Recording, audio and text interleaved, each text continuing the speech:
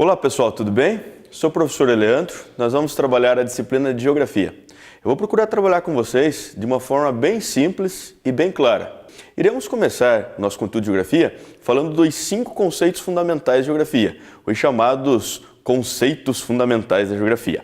Entre esses conceitos fundamentais, nós vamos ver primeiro o conceito de espaço geográfico. O espaço geográfico, para a Geografia, ele vem a ser aquele espaço habitado pelo homem. Ou seja, aquele espaço em que o homem realiza a sua existência, a transformação. Podemos colocar assim como espaço geográfico, aquele espaço natural que foi transformado pelo homem. Tá? Então, quando eu pego aquela natureza existente e eu a transformo ela conforme as necessidades do ser humano, eu estou transformando esse ambiente em um espaço geográfico. Toda a superfície da Terra, dessa forma, é espaço geográfico. Afinal de contas, é na superfície da Terra que ocorrem as realizações do ser humano.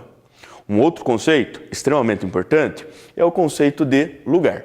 Uma palavra tão simples para qualquer outra disciplina e faz parte muito do nosso cotidiano, mas que para a geografia ela vai ter uma conotação diferente. Porque o lugar para a geografia ele tem um caráter de proximidade. O lugar para a geografia é aquele local onde nós estabelecemos as nossas relações de afetividade. Tá? Então, é aquele lugar, como por exemplo, o seu quarto.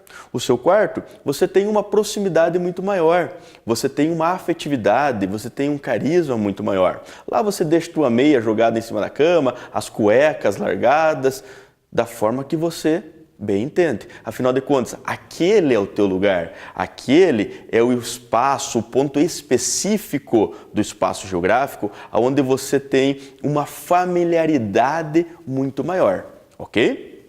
Um terceiro conceito da geografia, muito importante, é o conceito de paisagem. O que é paisagem?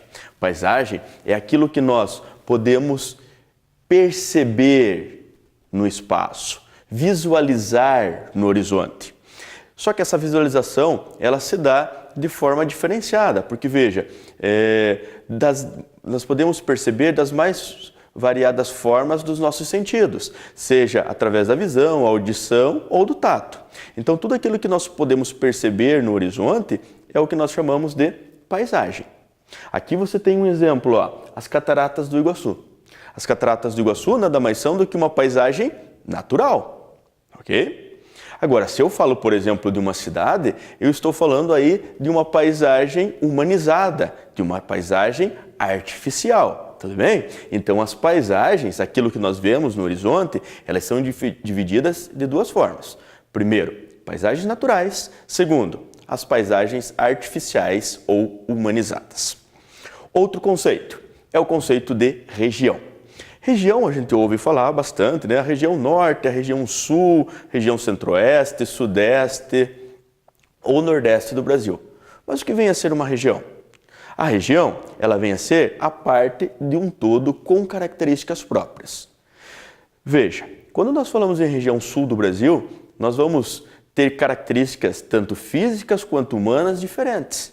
A região sul do Brasil, ela possui um clima diferenciado do restante do Brasil. Ela é cortada pelo Trópico de Capricórnio e está principalmente ao sul do Trópico de Capricórnio. Por isso, nós vamos ter um clima mais frio, um clima mais ameno nessa região.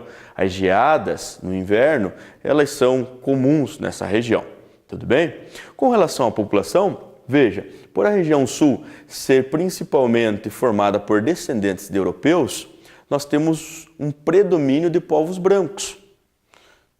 Se você comparar a região sul agora com outras regiões do Brasil, como por exemplo o centro-oeste, que é uma região de habitação mais recente, de colonização mais recente, você vai ver que as características são bem diferenciadas. O centro-oeste, comparando o clima, por exemplo, com na região sul, o centro-oeste tem um predomínio do clima tropical, uma forma então bem diferente de clima da nossa região sul aqui do Brasil. Outro conceito muito importante é o conceito de território. O território, para a geografia, é aquele espaço delimitado por e a partir de relações de poder. O território, podemos colocar como exemplo, o território brasileiro, né? O território brasileiro vem a ser aquele espaço delimitado por fronteiras e dentro desse território nós estabelecemos relação de soberania. Dentro do território brasileiro nós temos leis próprias, um povo também com características próprias, uma língua própria e, de forma geral, uma cultura própria. Esse é o território brasileiro. E aqui nós somos soberanos. Mas existem outros territórios também. E cuidado, em muitas provas de concursos, eles gostam de cobrar essas peculiaridades dos territórios. É o caso que eu coloquei aqui, ó, o exemplo do território dos traficantes. Os traficantes, se você parar para pensar, eles se acham donos daquele espaço onde eles estão vivendo. Olhe no caso do Rio de Janeiro. Muitos traficantes tomam determinados espaços do Rio de Janeiro, no caso os morros, e se acham os donos daquela região. E quando a polícia muitas vezes vai subir aquela região, ela tem sérios problemas, né? Por quê? Porque os traficantes acham que possuem uma propriedade, uma soberania sobre aquele território. Então, cuidado, o território ele pode ser de um país, pode ser de um estado, de uma cidade, ou simplesmente o território dos traficantes, ok? Ainda sobre o conceito de território, vale a pena nós frisarmos o seguinte: será que existe um território sem uma nação? A nação, eu falei para vocês, que é aquele povo com características próprias. Será que existe um território, então, sem uma nação? O que você me diz sobre a Antártida? A Antártida é considerada um território internacional. E não existe um povo, não existe uma nação morando definitivamente na região da Antártida. As pessoas na Antártida elas moram provisoriamente, ok? As pessoas não podem se apoderar daquele espaço e nem dividir ela em territórios. E o contrário, será que existe uma nação sem território? Eis a segunda indagação que eu faço para você. E eu te digo que essa resposta também é positiva. Você já viu falar, por exemplo, dos povos curdos? É um povo que vive na região do Oriente Médio, principalmente no norte do Iraque, pegando um pedacinho do Irã, Síria, entre outros países ali. E esse povo não tem o chamado Kurdistão. E eles buscam criar esse território para eles, esse país para eles. Então eles são uma nação sem território. Outro exemplo são os ciganos. Os ciganos, você deve ter já percebido que eles vivem espalhados pelo mundo, inclusive aqui no Brasil, mas eles não têm um país especificamente para eles. Tudo bem? Então são dois conceitos legais aí para a gente dar uma trabalhadinha e fazer você pensar um pouquinho. Bom, na sequência agora você vê aqui comigo um exercíciozinho que vai trabalhar esses conceitos que nós trabalhamos. A Universidade Estadual de Ponta Grossa, algum tempo atrás, cobrou exatamente essa questão. Acompanhe comigo. Sobre o espaço geográfico, paisagem e lugar, assinale o que for correto. A alternativa número 1 diz o seguinte: o ser humano transforma a paisagem natural em paisagem artificial, ou seja, ele modifica e organiza o espaço. Ora, vamos pensar, o ser humano ele não vai pegar uma paisagem natural, por exemplo, uma floresta, e a partir dessa floresta ele começa o processo de desmatamento para construir as cidades, gerar todo o processo de urbanização. Então ele não está transformando essa paisagem natural em uma paisagem artificial. De certa forma, ele está organizando esse espaço aos seus interesses, mas ele está organizando. Logo, essa é uma alternativa verdadeira. A número 2. O espaço geográfico se apresenta como um conjunto indissolúvel resultante de fenômenos naturais e ações humanas, que implica em uma série de ações e relações naturais e sociais. Essa alternativa também é verdadeira. Por quê? Se você parar para pensar, o espaço geográfico é esse espaço resultante tanto das ações naturais quanto das ações humanas. É a mescla dessas ações naturais e ações humanas ao longo do tempo que vai produzir o espaço que nós temos hoje. E tem como eu separar isso hoje? Não dá mais para separar, ok? Por isso a alternativa é verdadeira. A número 4. Lugar é o que se conhece como a porção do espaço onde vivemos onde se desenvolve nossa real existência e onde se define o nosso cotidiano. Na verdade, essa questão está colocando exatamente a definição de lugar, aquele espaço de vivência, aquele espaço onde nós temos uma proximidade, uma relação de afetividade. É onde nós conhecemos, onde nós vivemos, onde se estabelece o nosso cotidiano. Alternativa verdadeira, sem sombra de dúvida. E a última. Fruto da evolução da própria natureza pela ação de fenômenos naturais, aparece a paisagem natural, cada vez mais reduzida, cedendo espaço para as paisagens artificiais. E aí, meu amigo, eu te pergunto, a paisagem natural, ela não é fruto da ação e evolução da própria natureza? Sim. Agora, pense comigo, essas paisagens naturais, uma floresta, por exemplo, elas não estão ficando cada vez mais reduzidas, mais restritas a pequenas manchas no espaço geográfico? Estão, né? Isso é um processo da evolução da sociedade humana que infelizmente vem degradando cada vez mais essas paisagens naturais, deixando elas dessa forma cada vez mais restritas e transformando essas paisagens naturais em paisagens artificiais. Tranquilinho, pessoal? Sossegado? Tá vendo? Esses conceitos fundamentais de geografia, eles não são tão difíceis assim. Eles necessitam, na verdade, apenas de uma interpretação. Agora, dando continuidade nessa aula, vamos trabalhar um pouquinho a cartografia. A cartografia, meu amigo, é outra base para o conhecimento geográfico. Ela é uma ciência e é uma arte de produzir, de construir mapas. E os mapas são essenciais para que nós possamos nos deslocarmos pelo espaço geográfico, ok? Então vamos lá, dando continuidade, nessa parte da cartografia nós vamos começar primeiro a ver como ocorre a orientação. Puxa, professor, mas isso é tão básico.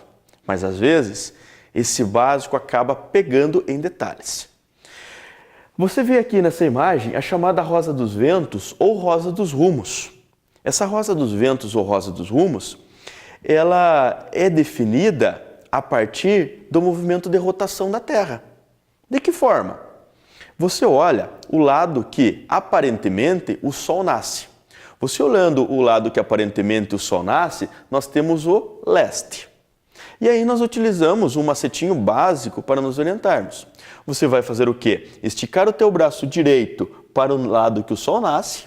O teu braço esquerdo ficará esticado para o oposto, ou seja, para o oeste, o lado que o Sol se põe.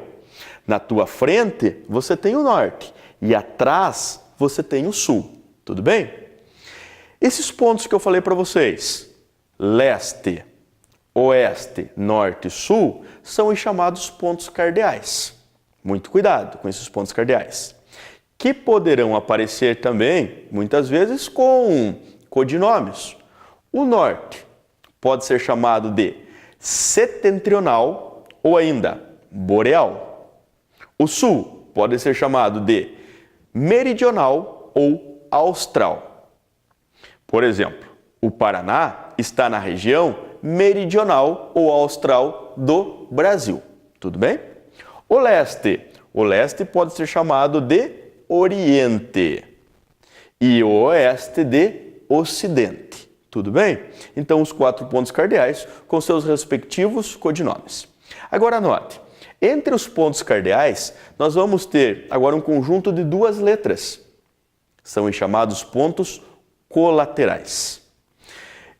Os pontos colaterais, na verdade, eles são uma junção dos pontos cardeais. Acompanhe comigo, ó. Entre o norte e o leste, eu terei o nordeste. Entre o sul e o leste, o sudeste. Entre o sul e o oeste, o sudoeste. Entre o norte e o oeste, o noroeste. Esses 4 pontos, nordeste, sudeste, sudoeste e noroeste, são os pontos colaterais. E por fim, nós podemos ainda ter um ponto mais específico, que são os chamados pontos subcolaterais, que estão entre um cardeal e um colateral. Olha só, entre o norte e o nordeste, eu tenho o norte-nordeste. É só você juntar. Entre o leste e o nordeste, eu tenho o leste-nordeste. Percebeu? Então você vai fazendo a junção de um cardeal com um colateral. Simples, né? Será? Algum tempo atrás, o Enem cobrou uma questãozinha relacionada a esses pontos cardeais. E nessa questãozinha você tinha que saber trabalhar esses pontos cardeais. Vamos ver essa questão? A questão falava assim, ó. O jardim de caminhos que se bifurcam. Uma lâmpada aclarava a plataforma, mas os rostos dos meninos ficavam na sombra. Uma me perguntou, o senhor vai à casa do Dr. Stephen Albert? Sem aguardar a resposta, o outro disse, a casa fica longe daqui, mas o senhor não se perderá se tomar esse caminho à esquerda e, se em cada encruzilhada do caminho, dobrar à esquerda. Quanto à cena descrita, considere que o sol nasce à direita dos meninos. 2. O Senhor seguiu o conselho dos meninos, tendo encontrado 2 encruzilhadas até a casa. Conclui-se que o Senhor caminhou respectivamente nos sentidos. E agora, meu amigo, como que eu vou responder essa questão? Perceba que as respostas são apenas pontos cardeais. Tá? Eu vou ter que te retirar primeiro as informações básicas desse problema. Quais são as informações básicas? Primeiro, vamos pegar as considerações. Note que ele fala que o sol nasce à direita dos meninos. A direita é o quê? O leste. O leste não é a direita? O leste não é a direita? Se eu tenho então o leste à direita, eu teria a minha esquerda o oeste, na frente o norte e atrás o sul, tudo bem? Então eu já tenho um ponto cardeal básico. Segundo, ele fala ali, ó, que encontrou 2 encruzilhadas até a casa. O que são encruzilhadas? Cruzamentos, né? E, inicialmente, lá ainda no enunciado do problema, ele fala que o Senhor não se perderá se tomar esse caminho à esquerda. Então, inicialmente, vamos sair à esquerda e em cada encruzilhada vamos dobrar à esquerda. Vamos resolver o problema? Venha cá, então. Olha lá. Já sabemos, então, que o sol nasce no leste. Então, o menino ali está com o braço esticado para o leste, seu braço direito, seu braço esquerdo para o oeste, na frente ele tem o norte e atrás ele tem o sul. Qual que é a informação que o problema te dá? O Senhor não se perderá se tomar esse caminho à esquerda. Qual é a esquerda? O oeste. Então ele toma o caminho à esquerda, para o oeste. Aí ele está tomando esse caminho para o oeste, ele encontra uma encruzilhada. O que ele faz? Em cada encruzilhada, dobrar à esquerda. Então quando ele está caminhando para cá, para a esquerda, qual que vai ser a esquerda dele? Não vai ser o sul? Sim. Então ele terá que dobrar para o sul. Só que ele continua percorrendo e vai encontrar a segunda encruzilhada. Quando encontrar uma encruzilhada, tem que dobrar à esquerda.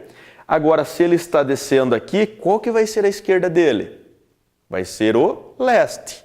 Então, ele vai tomar esse caminho para o leste. A resposta desse problema, então, era oeste, sul e leste. Tudo bem? Legal, pessoal? Então tá aí um probleminha para você entender um pouquinho melhor a importância desses pontos cardeais, colaterais e subcolaterais da Rosa dos Ventos. A seguir, veja comigo agora algo que também é essencial na geografia. São as chamadas coordenadas geográficas. As coordenadas geográficas, elas servem para que nós possamos encontrar qualquer ponto específico no espaço geográfico, ou seja, na superfície da Terra. As coordenadas geográficas, elas são obtidas a partir de um cruzamento de linhas horizontais, que são chamados de paralelos, com as linhas verticais, que nós chamamos de meridianos. Tudo bem? Antes de nós vermos em mais detalhes as coordenadas geográficas, vamos só entender o que nós podemos obter também a partir das coordenadas geográficas. São as chamadas latitudes e as longitudes. As latitudes, elas são medidas a partir da linha do Equador. A linha do Equador vai dividir a Terra em duas metades, o hemisfério norte e o hemisfério sul. Ok? Então, as latitudes só podem ser para o norte ou para o sul. Como a linha do Equador é a referência, a linha do Equador mede 0 grau de latitude. As latitudes vão variar de 0 na linha do Equador até 90 graus no extremo norte ou 90 graus no extremo sul. Por outro lado, podemos dividir a Terra também verticalmente. A partir daí, nós vamos obter as chamadas longitudes. A referência para as longitudes vai ser o chamado meridiano de Greenwich. O meridiano de Greenwich, ele passa por Londres, a capital da Inglaterra. E esse meridiano de Greenwich também divide a Terra ao meio em duas metades. A metade leste ou oriental e a metade oeste ou ocidental. Então, as longitudes, que são medidas a partir do meridiano de Greenwich, só podem ser leste ou oeste. Sendo que, como o meridiano de Greenwich também é referência, ele vai valer 0 grau. Só que, por outro lado, as longitudes vão de 0 no meridiano de Greenwich a 180 graus do lado oposto ao meridiano de Greenwich, para o lado leste, ou de 0 no meridiano de Greenwich a 180 graus para o oeste, chegando até o lado oposto do meridiano de Greenwich também, que é uma linha que também tem nome. Se chama Linha Internacional da Data.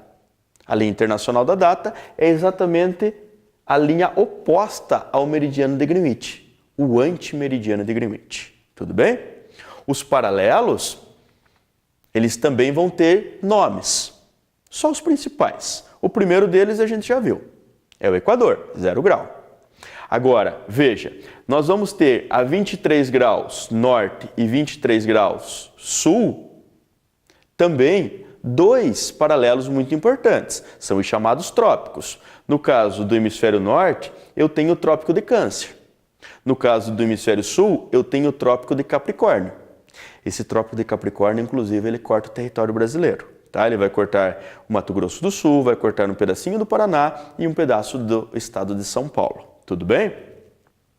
Aos 66 graus, eu vou ter outros paralelos importantes. Veja, ao norte eu tenho o Círculo Polar Ártico e ao sul eu tenho o Círculo Polar Antártico. Esses são os dois círculos polares principais, ok? Bom, se você entendeu isso, vamos ver um exercício? O exercício fala o seguinte: o globo terrestre é a forma de representação da Terra. Nele podemos observar as linhas imaginárias, importantes para o estabelecimento das coordenadas geográficas, que são medidas estabelecidas para localizar um ponto na superfície. Considerando as coordenadas geográficas, associe os termos listados na coluna A aos conceitos da coluna B. O que nós temos ali na coluna A? Latitude, longitude, paralelos e meridianos. Na coluna B, a primeira afirmativa fala o seguinte: são linhas imaginárias verticais que convergem para os polos. O que seriam essas linhas imaginárias verticais que convergem para os polos? Pense comigo, vão ser as linhas verticais. Linhas imaginárias verticais, eu tenho o globo terrestre e eu tenho linhas imaginárias verticais que convergem a partir da linha do Equador para os polos. O nome dessas linhas verticais são os meridianos. Tudo bem? A segunda, linhas imaginárias cujo plano é perpendicular ao eixo de rotação da Terra. Sabemos que a Terra, ela tem um eixo, ela está inclinada em relação ao Sol. Esse eixo também é imaginário, né? Qual linha vai ser perpendicular a esse eixo de rotação da Terra? São os chamados paralelos. Essas linhas estão perpendiculares a esse eixo de rotação. A próxima afirmação fala assim, ó: distância expressa em graus, cujo ponto inicial é Greenwich. O que nós obtemos através do meridiano de Greenwich? São as longitudes, que podem ser tanto para o leste quanto para oeste. E as longitudes são obtidas em graus. Lembram? O meridiano de Greenwich, ele vale 0 grau.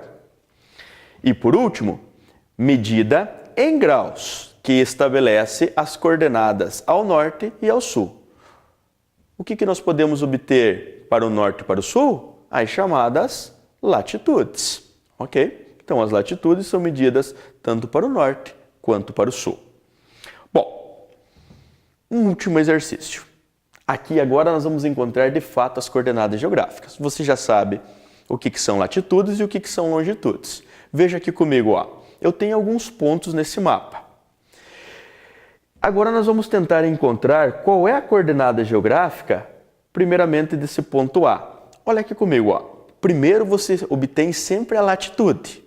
A latitude, relembrando, é obtida a partir da linha do Equador.